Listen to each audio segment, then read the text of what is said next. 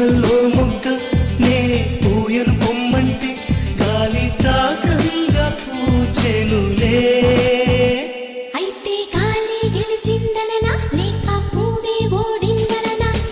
రాళ్ళల్లో శిల్పం లోపల దాగున్న పూలి తాకంగా వెలిసెనులే.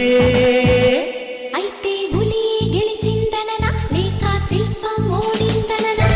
ఈ వివరం తెలిపేది ఎవరంతా, వ్యవహారం తీర్చేది ఎవరంతా.